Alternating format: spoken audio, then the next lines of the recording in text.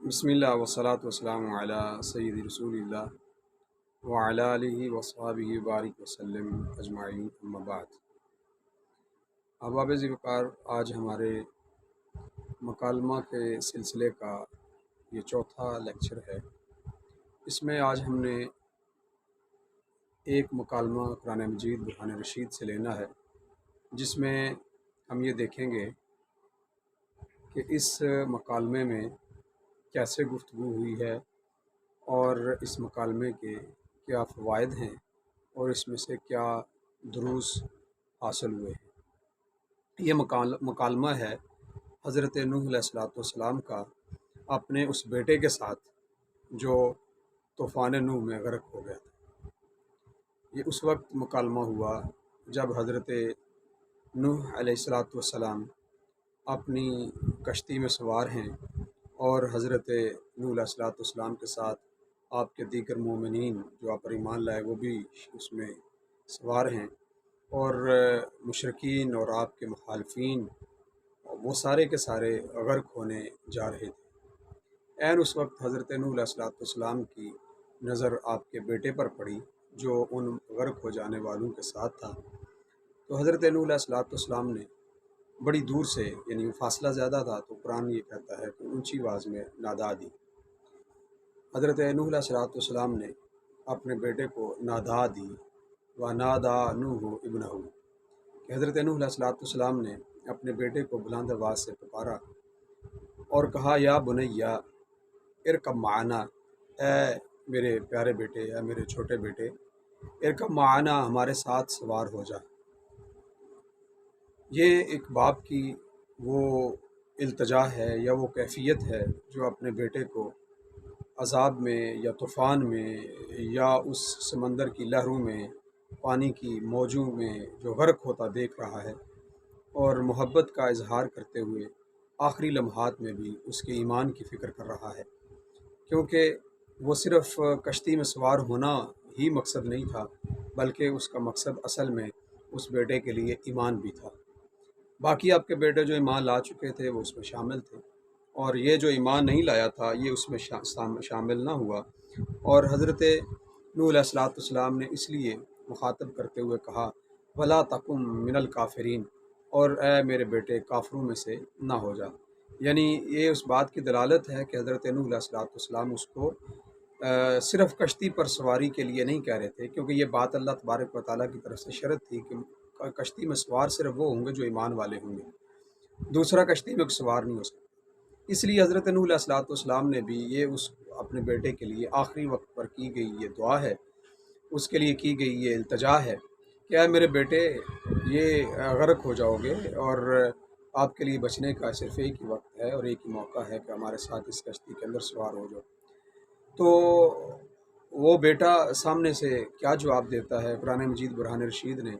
اس کو یوں نقل فرمایا، قالا، وہ کہتا ہے، ساوی الی جبل یعصمنی من الماء، کہ میں پہاڑ پر چڑھ جاؤں گا اور وہ مجھے پانی سے بچا لے گا۔ اب آپ نے غور فرمایا کہ حضرت نوح علیہ السلام جب اپنے بیٹے کو خطاب کرتے ہیں، بلاتے ہیں، تو آپ نے بڑی محبت کے ساتھ بلایا اور کہا یا بنیا، اور اسی طرح سے نادا کا جو لفظ قرآن نے استعمال کیا، اس سے بھی یہ بات ثابت ہوتی ہے کہ حضرت نوح علیہ السلام نے فرط محبت سے اونچی آواز میں کہا، اونچی آواز کا استعمال کیا اور اس کو محبت کے ساتھ پکارا، جبکہ اس کے مخالفت میں اس کے جواب میں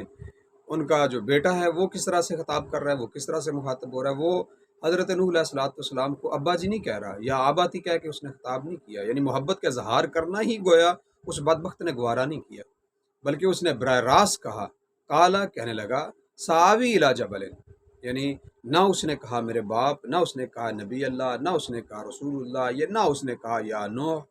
کوئی لفظ اس نے اس طرح کا استعمال نہیں کیا، بلکہ براہ راست اس نے یہ کہا، ساوی الی جبل، کہ میں پہاڑ پر چڑھ جاؤں گا، یا سمونی من الماء، وہ مجھے پہاڑ جو ہے اس سے پانی سے، موجوں سے بچا لے گا غرق ہونے کے ساتھ۔ حضرت نوح علیہ السلام نے اس کے جواب میں پھر اتمام حجت کے طور پر فرمایا حضرت نوح علیہ السلام نے، لا عاصم اليوم من امر اللہ، آج کے دن کوئی بھی بچانے والا نہیں اللہ کے عذاب سے، اللہ کے عذاب سے، اللہ کے حکم سے آج کوئی بھی بچانے والا نہیں، الا من رحمہ، ما سوائے اس کے کہ جس پر اللہ تبارک و تعالیٰ رحم کرتے۔ اب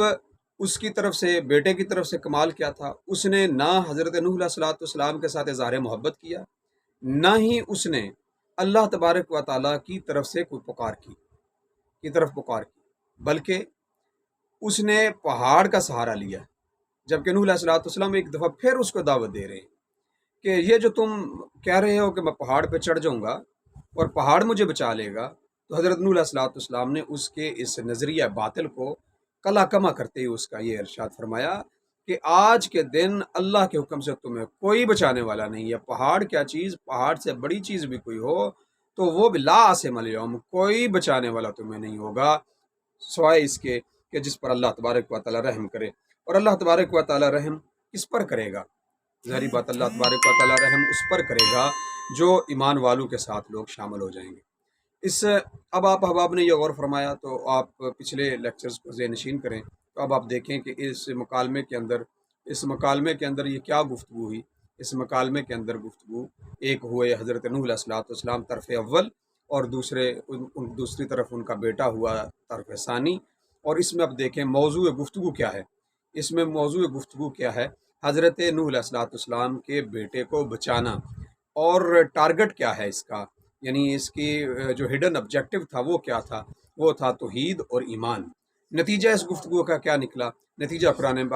مجید برہان رشید نے نقل فرمایا، وَحَالَ بَيْنَهُمَا الْمَوْجُ فَكَانَ مِنَ الْمُغْرَقِينَ، اور ان دونوں کے درمیان یعنی باپ اور بیٹے کے درمیان ایک موج جو ہے وہ حائل ہو گئی، اور وہ تو ڈوب جانے والوں میں سے تھا۔ یہ اس کا نتیجہ نکلا۔ اب یعنی ہم یہ دیکھیں گے کہ اس مختصر سے مکالمے کے اندر وہ کون سی دروس ہیں اور کون سے خاص مقام ہیں جن سے ہم عبرت حاصل کر سکتے ہیں۔ سب سے پہلی بات تو یہ ہے کہ حضرت نوح علیہ الصلوۃ والسلام کا اپنے بیٹے کو مخاطب کرنا یا بنیا کہہ کے، اس سے یہ سبق ملتا ہے کہ والدین کو چاہیے کہ ہمیشہ اپنے بیٹوں کے ساتھ اچھے القابات کے ساتھ بات کریں، ان کو پیار کے ساتھ بلائیں۔ اور دوسری طرف سے ہمیں یہ اشارہ مل رہا ہے کہ جو ناخلف اولادیں ہوتی ہیں وہ اپنے باپ کو ادب و احترام کے ساتھ نہیں بلاتی۔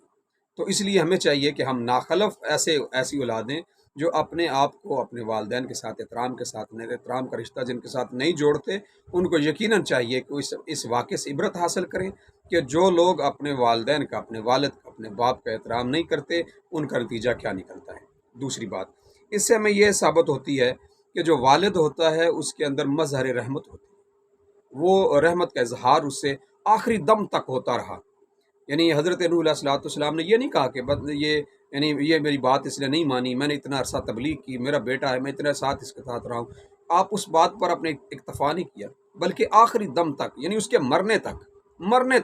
تو اس سے کیا اشارہ مل رہا ہے؟ اس سے اشارہ یہ مل رہا ہے کہ اگر آپ کے گھر میں کوئی ایسا مسئلہ ہو جائے، آپ کی اولاد سے، آپ کے بیٹوں سے، آپ کے گھر میں کوئی ایسا مسئلہ ہو، تو اس سے یہ نہیں کہنا چاہیے کہ اس سے بالکل قطع تعلقی نہیں، بلکہ حضرت نوح علیہ الصلوۃ والسلام کے اس مسئلے سے، اس مکالمے سے ہمیں یہ ثابت سمجھ آ رہی ہے کہ حضرت نوح علیہ الصلوۃ والسلام نے آخری دم تک آپ اپنے بیٹے کو سمجھانے کی کوشش کی، یہاں تک کہ وہ اس میں غرق ہو گیا۔ اس کے بعد دوسرا جو سبق اس میں ہمیں سب سے اہم ملتا ہے وہ یہ ہے کہ اس پورے مکالمے کے اندر کہ اصل تربیت جو ہے وہ تربیت دین ہے۔ اگر تربیت دین ہو گئی تو ساری تربیت اس کے اندر آ گئی۔ بہت سارے لوگوں کا یہ خیال ہے کہ دین کو ہم پسے پوئی ڈالتے ہیں، دین کی طرف ہماری توجہ نہیں ہوتی، اور ہم یہ چاہتے ہیں کہ ہمارا بیٹا فرما بردار، ہماری اولاد فرما بردار ہو جائے۔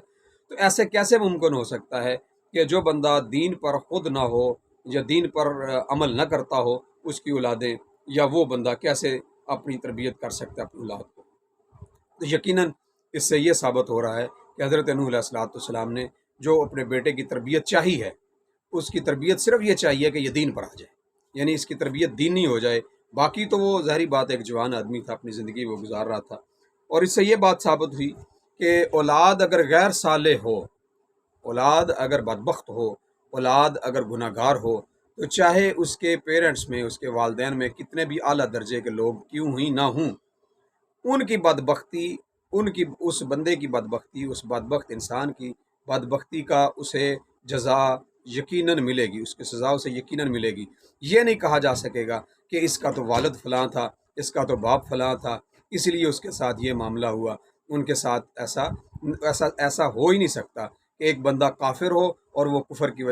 کفر پر قائم رہتے ہوئے کہے کہ میں جنت میں چلا جاؤں گا، یا بدبخت ہو، بد عمل ہو اور وہ کہے کہ میں اپنے والدین کی وجہ سے یا میں فلاں کی وجہ سے جنت میں چلا جاؤں گا۔ ایسا نہیں ہو سکتا۔ اس کے لیے ضروری ہے کہ اس کا اپنا عمل بھی اس کا عمل دین اسلام کے مطابق ہو۔ تیسری بات جو اس کے اندر چوتھی بات جو اس کے اندر سب سے بڑی اہم ہے، وہ یہ ہے کہ اس سے ایک تسلی بھی ملتی ہے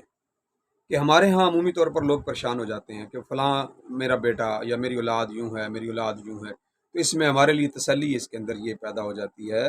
کہ حضرت نوح علیہ الصلوۃ والسلام اللہ کے وہ پیغمبر ہیں جنہوں نے 950 سال تک تبلیغ کی، ایک لمبا عرصہ ہے، اور اتنے